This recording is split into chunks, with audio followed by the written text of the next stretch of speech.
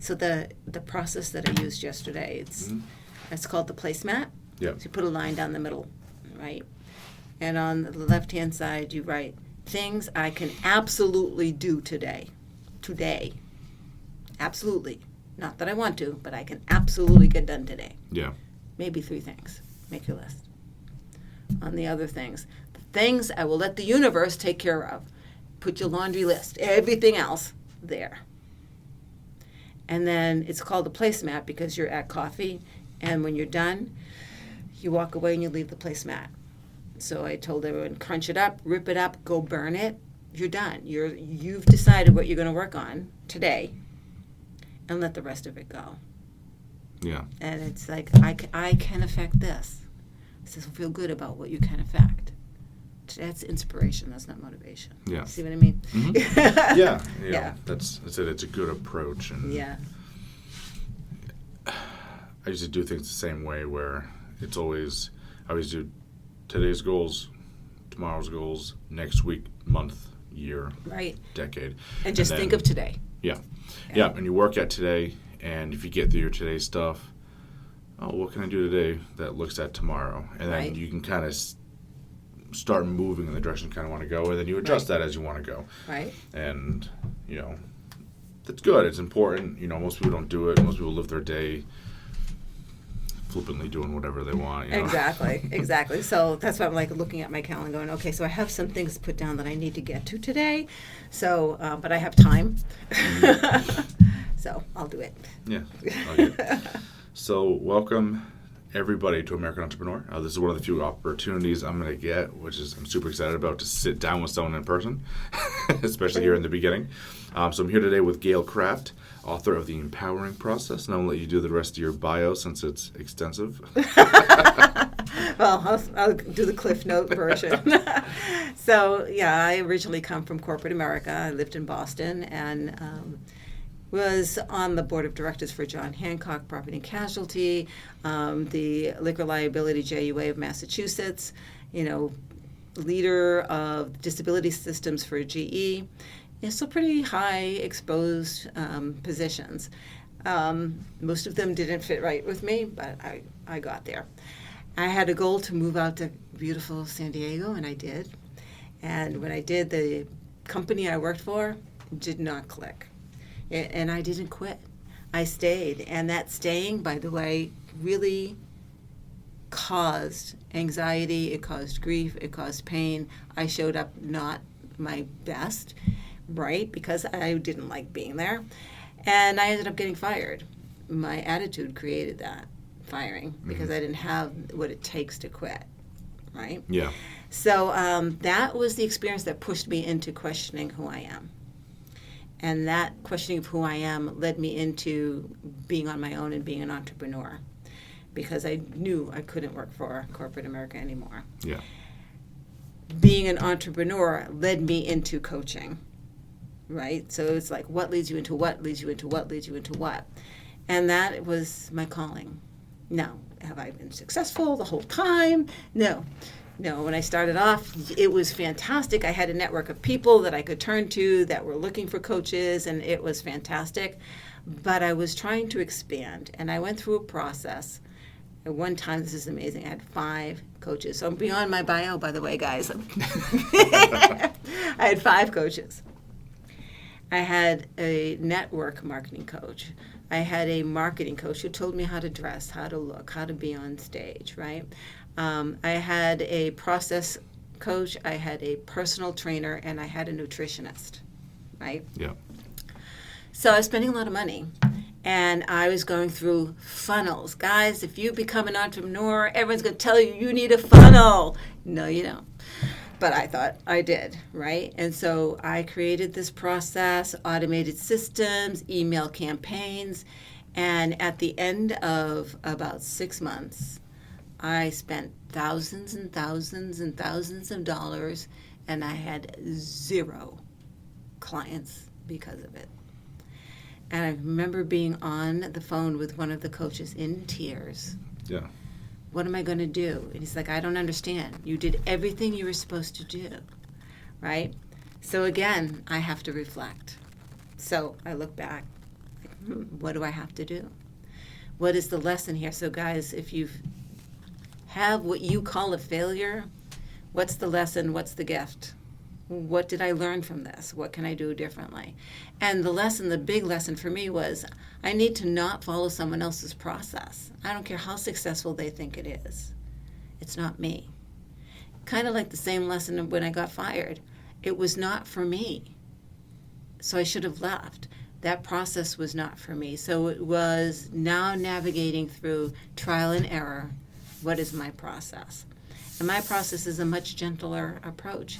My process is I'm out there on Facebook.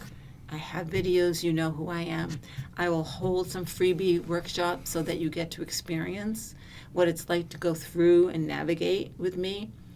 And then we can do one-to-ones. It's a personal approach. Yeah. It works for me. It's who I am. Yeah. Yeah. And, the gentleman I was talking to yesterday, the entire podcast was about, learning yourself, figuring yourself out, and that makes the process much easier because, like you said, the way some coaches go about it may not work for you. Right. And sometimes it does, and sometimes it doesn't. So, but what's important is finding your style, something that's comfortable for you, something that works with you, and that definitely helps.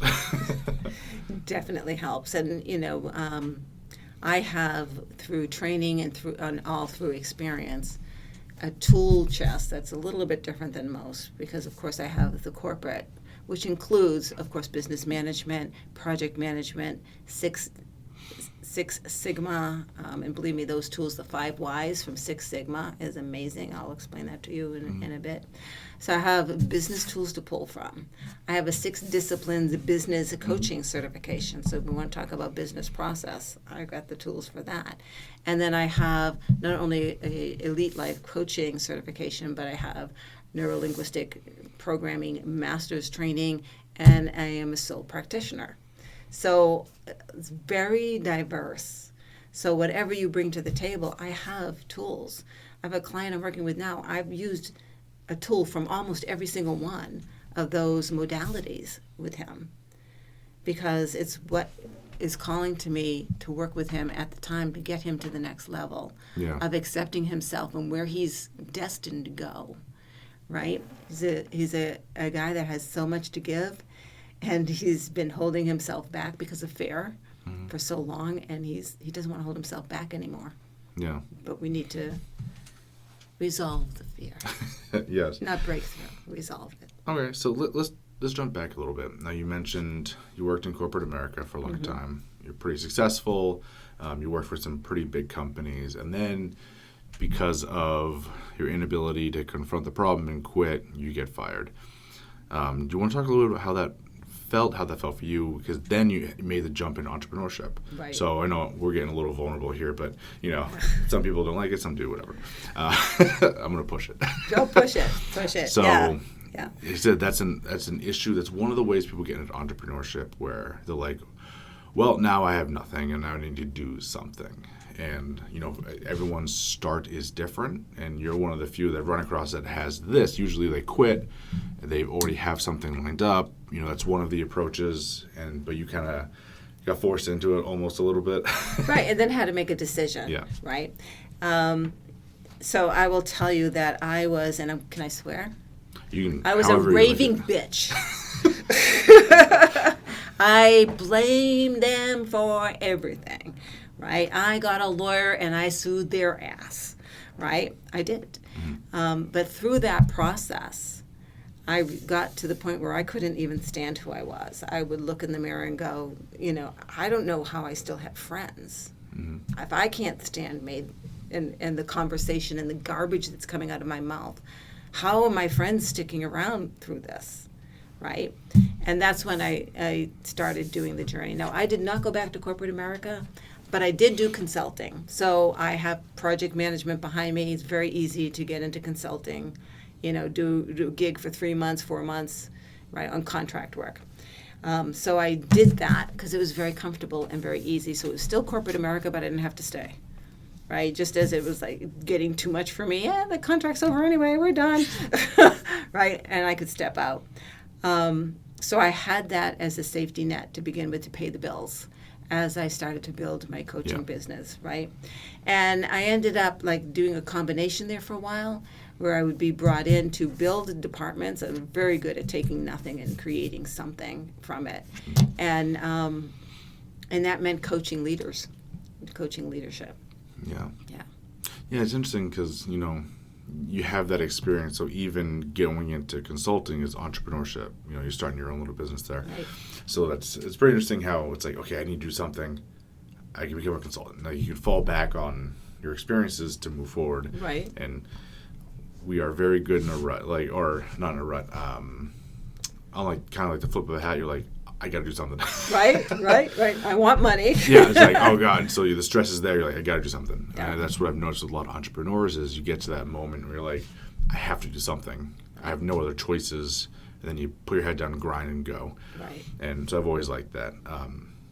So let's talk a little bit about, because I know, from our experiences are very similar. I didn't work in corporate America, but I was in the military. And when I left that, there was a very weird time there where I didn't know what I wanted to do, kind of figuring out a lot of pride issues as Yep. I didn't like who I was, so because you talked about you were a raving bitch, your words, not mine. I'm going to talk about kind of that process of becoming okay with it. So because it's a pride thing for a lot of people. If you kind of get what I'm saying, they left corporate America, they got fired. Oh, yes. And then you need to come to terms with that. I think a lot of people have problems with coming to terms with the fact that they sometimes are awful people. And you need to change to become better, or you don't, Yeah. I actually had a friend of mine, after I healed myself, said, you were actually going through, a PTSD experience. Right, because I was being set up to fail, and knew it and couldn't stop it. And the process of healing. So, any change, good or bad, has a cycle that it goes through, and the cycle is, and I actually have a course that I do on this because of that terrible experience, and it's called the process of change, right? And ladies. You get proposed to and you're like, yay, that's awesome, I love him. Wait a minute, that means I'm going to be doing his laundry like every day of my life. And dirty dishes. We're going to have to talk about cleaning the house, right? I'm not sure if I want to live the rest of my life with this man. And now you're down in the bottom and you're having doubts and concerns, right? It's the process of flipping that around, saying, well, there is something that I really like about this guy. And I think I can make this work for the rest of my life. And then you move up to what's called acceptance. So there is a psychological roller coaster you go through. Getting there and getting yourself out of it, first of all, you can't do it by yourself, right? You can accept by yourself. So for me, it's about taking responsibility for my attitude, my words, my language, and my perspective, right? And so I had to go back and look at that situation, say, well, how did I play into it? What did I do that created that? And I went all the way back to day one. Day one, when I started there, I knew I was in the wrong place, that this company was not in alignment with who I am, not the same value, though the values and companies are also, another swear, bullshit, right? What's on the wall is not always reflected in their behavior. Their values is reflected in the company behavior, right? Their values were not in alignment with me. The minute I knew that, I should have looked for another job. But I didn't, because I just moved 3,000 miles away. Yeah. It was me, and my son was going to college. He was going to graduate school. I bought a condominium, and I was making great money. Why would I give that up? I can suffer through the misery to go and dance and have fun on the weekends. And so I thought I could balance that out, and you can't. You cannot balance out misery. So the process of getting out of that takes balls, because you have to accept your responsibility. And as soon as you do that, you let it go. It doesn't matter anymore. There's no animosity towards those people. And in fact, when I became a coach, I was approached to come and coach for, we'd love to have you, Gail. And I had signed an agreement to never work for them in any capacity whatsoever. And I said, I can't work for you. Do you not understand? I have a legal document saying I can't work for you. Yeah. And they're like, well, it's a different department, right? It's like that's not how that works. The whole company across the country I cannot work for in any capacity. That's funny. Yeah. I like that. It was funny. So it really is stopping the blame and accepting your responsibility. So I know plenty of entrepreneurs who don't accept blame, and I think that right there is very hard for people to do. Just from our daily lives, I don't know how many people I talk to who are like, the person just will not look at what they did wrong. And I assume it's kind of a hardwired thing where we don't want to admit we did something wrong. It's part of our ego. Yeah. But, there's a point when you need to. You know this as an entrepreneur. Mm-hmm. And I think, I'm not going to poison it, but I think probably that's one of the biggest lessons I would give to any new entrepreneur is you need to be able to look at any problem and be like, okay, what did I do wrong? And that's a lesson. Yeah. Right? And that's cool because I'll never do that again. Yeah. Right? And not beat yourself up. Mm-hmm. Right? I mean, I've had clients who are the extreme, right? Who's like, oh, it's my fault. It's, I did this, I did that. No, wait a minute. Sometimes you're taking on something that was absolutely not in your care, custody, and control. CCC, care, custody, and control. If it's in your care, custody, and control, then you can change it. If it's not, then let it go. It's none of your business, right? That's being none of your business is really interesting. The only thing that's your business is you. Yeah. Nothing else. And say that to a couple who's having problems. How she feels is not your responsibility, and how you feel is not hers. Absolutely. Right? That's too funny. So for a brand new business starting out or a brand new entrepreneur who's getting ready to get started, what would be the best advice you would give for someone who's coming out of the gate, who's either thinking about entrepreneurship or just had it thrust upon them? Right. I have no choice but to put on my big girl panties and do it. Right. I was once told entrepreneurship is not for the faint of heart. Right? You will be afraid. And if you're afraid, that's the best time to do it anyway. Mm-hmm. Right? Because when you're feeling that fear, that means you're on the breakthrough of something fantastic and something wonderful. Consistency. I'll give you an example of a woman that I met early on. So this is how I got this lesson. And she was doing videos. And she said, no one is watching. 0 people are watching this video. And this is the marketing coach that I had at the time. And she said, just keep it up, just keep it up, just keep it up. So she did. Month after month after month. The next thing she knew, she got a national gig to do a radio show. Yeah. So she didn't know who was listening, right? She obviously people are listening, right? For me, so to know your business, know the sales cycle. For me, the sales cycle is very long. It has a long tail. People need to know and trust me before they'll even pick up the phone and talk about coaching. That means they're following me on LinkedIn. They're following me on Facebook. They might have gone out to coffee with me or done a Zoom call to say, let's do a one-to-one. They might have even done a complimentary coaching call with me and then disappeared for 6 months. Mm-hmm. And then they come back, right? So I know that I'm stacking over time, and don't panic if I don't get a call. And it's really funny because this COVID hit, right? Yeah. Oh my God, now what am I going to do? Because now I'm not at networking events. And I got clients through, the internet. I had got more clients this summer than I got the summer before.